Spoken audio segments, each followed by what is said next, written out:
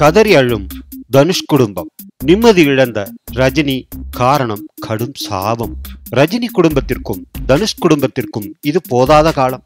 இதுவரை இருந்த பெயர் கெட்டு தலைகுனிந்து நிற்கிறது இரு குடும்பங்களும். சுசித்ரா இன்னும் பல வலுவான வீடியோ ஆதாரங்களை கையில் வைத்துக் கொண்டுதான் இந்த அளவிற்கு ஆக்ரோஷமாக களமிறங்கியுள்ளார் என்று கோடம்பாக்கம் நம்புகிறது. இன்னொரு தரப்பு மலேசிய திருட்டு விசிடி நிறுவனம்தான் மொத்த ஆதாரங்களையும் வைத்துக்கொண்டு சுசியை களமிறக்கியுள்ளது என்றும் கூறுகிறார்கள். இந்த நிலையில் தனுஷின் அக்கா ஒரு டாக்டர்.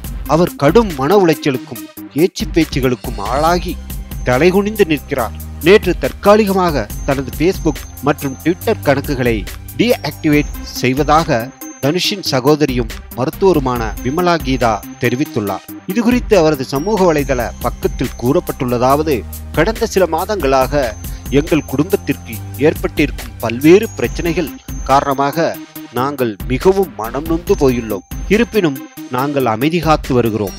மிகவும் ஏழ்மையான குடும்பத்திலிருந்து வந்த நாங்கள் கடும் உழைப்பின் காரணமாகத்தான் உயர்ந்த நிலைமைக்கு வந்துள்ளோம். தேனியின் குக்கிராமம் ஒன்றிலிருந்து வந்து ஒரே இரவில் நாங்கள் பெரிய ஆட்கள் ஆகிவிடவில்லை.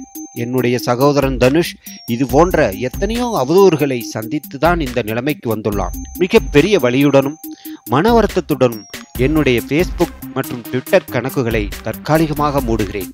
யார் இந்த காரியங்களெல்லாம் செய்கிறார்களோ அவர்கள் எல்லாம் இத்தோடு நிறுத்திக் கொள்ளுங்கள், வாழுங்கள், வாழ விடுங்கள் என விமலா கீதா கண்ணீரோடு பதிவிட்டுள்ளார்.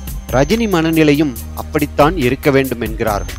மூத்த மகள் ஐஸ்வர்யா அமெரிக்காவில் டான்ஸ் ஆடி கொண்டிருக்கிறார். வீடு தங்குவதே இல்லை, எப்போதும் ஊர் சுற்றுகிறார். இளைய மகள் விவாகரத்து, குடி கும்மாளம், ஆட்டம் பாட்டம், விபத்து, தனுஷுடன் கிசுகிசு என்று சமீப காலமாக பெயர் கெட்டு குட்டிச்சுவராகிவிட்டது.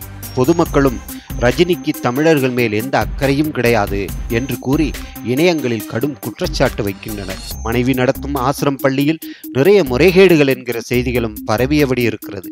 இன்னொரு புறம் தனது உடல்நிலை, மருமகன் தனுஷ் மீது வரும் அடுக்கடுக்கான பாலியல் குற்றச்சாட்டுகள், இப்படி முற்றிலும் மன நிம்மதி இழந்தே இருக்கிறார் என்கிறார்கள் கோடம்பாக்கவாசிகள்.